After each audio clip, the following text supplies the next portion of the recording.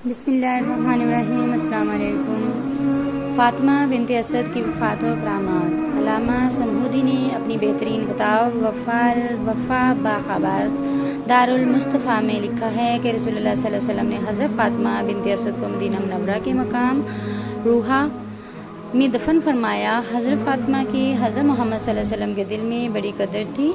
آپ صلی اللہ علیہ وآلہ وسلم ان کی وفات کے بعد بھی ان کے اکرام کو نہیں بھولے اور آپ صلی اللہ علیہ وآلہ وسلم نے اپنی قمیض ان کے کفن کے لیے عنایت فرمائی اور پہلے خود ان کی قبر میں لیٹے اور ان کے لیے خیر کی دعا فرمائی۔ حضرت فاطمہ کی کرامت یہ ہیں جو علامہ سمہودی نے ذکر کی ہے کہ آپ صلی اللہ علیہ وآلہ وسلم 5 قبور میں اترے، جن میں سے 3 خواتین کی اور 2 مردوں کی ہیں۔ ان میں سے حضرت خدیجہ رضی اللہ تعالیٰ عنہ کی قبر مکہ میں اور 4 مدینہ میں۔ ایک تو حضرت خدیجہ رضی اللہ تعالیٰ عنہ کے ایک صاحبزادے جو ان کے پہلے شوہر سے تھے اور حضرت محمد صلی اللہ علیہ وآلہ وسلم کی تربیت اور نگرانی میں رہے۔ دوسری عبداللہ المزنی سے کی، جنہیں زوال بجادین کہا جاتا ہے۔ تیسری ام رومان سے کی، جو حضرت عائشہ رضی اللہ تعالیٰ عنہ کی والدہ تھیں۔ چوتھی فاطمہ بنت اسد رضی اللہ تعالیٰ عنہ کی قبر ہے۔ حضرت فاطمہ بنت اسد رضی اللہ تعالیٰ عنہ کی وفات کا حضرت محمد صلی اللہ علیہ وآلہ وسلم اور صحابہ پر بڑا اثر ہوا۔ حضرت محمد صلی اللہ علیہ وسلم نے ان کی مدح فرمائی اور اپنی قمیض کی چادر انہیں کفن کے لیے دی اور ان کے لیے دعا فرمائی۔ ابن شیبہ نے حضرت جابر بن عبداللہ رضی اللہ تعالیٰ عنہ سے روایت کی ہے، فرماتے ہیں کہ ہم رسول اللہ صلی اللہ علیہ وسلم کے ہمراہ بیٹھے تھے کہ ایک شخص نے آ کر کہا کہ یا رسول اللہ، علی، جعفر اور عقیل کی والدہ کا انتقال ہو گیا ہے۔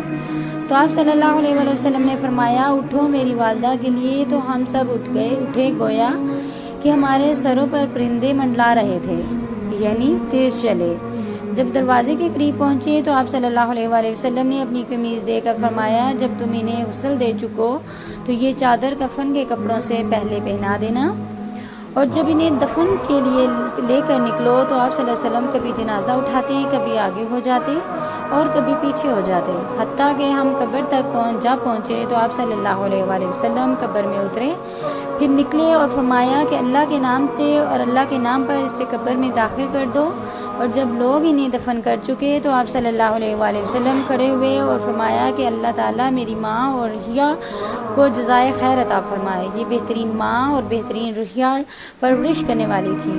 تو ہم نے آپ صلی اللہ علیہ وسلم سے دریافت کیا کہ یا رسول اللہ، آج ہم نے ایسی 2 باتیں دیکھی جو اس سے پہلے کبھی نہیں دیکھی تھیں۔ فرمایا وہ کیا؟ تو ہم نے کہا کہ آپ صلی اللہ علیہ وسلم نے انہیں اپنی قمیض کی چادر کفن کے لیے دی اور ان کی قبر میں بھی اترے۔ آپ صلی اللہ علیہ وسلم نے ارشاد فرمایا کہ قمیض میں نے اس لیے دی کہ انہیں کبھی آگ نہ چھوئے، اور قبر میں اس لیے اترا کہ اللہ تعالیٰ قبر کو وسیع فرما دے۔ ان کے اکرام کی ایک بات یہ ہے کہ آپ صلی اللہ علیہ وسلم ان کی قبر میں لیٹ گئے اور پھر فرمایا، اللہ زندہ کرنے اور موت دینے والے اور جو خود زندہ ہے، کبھی نہ مرنے والا ہے، میری ماں فاطمہ بنت اسد کی مغفرت فرما دے اور انہیں ان کی حاجت تلقین کرا دے اور ان کی قبر کو وسیع و فراخ فرما دے۔ تیرے نبی خود محمد صلی اللہ علیہ وسلم اور مجھ سے پہلے والے انبیاء کے صدقے، بے شک تو ارحم الراحمین ہے۔ پھر ان پر 4 تکبیریں پڑھیں اور انہیں لحد میں داخل کر اور قبر میں اتارنے والے افراد خود آپ صلی اللہ علیہ وسلم، حضرت عباس اور حضرت ابوبکر صدیق تھے۔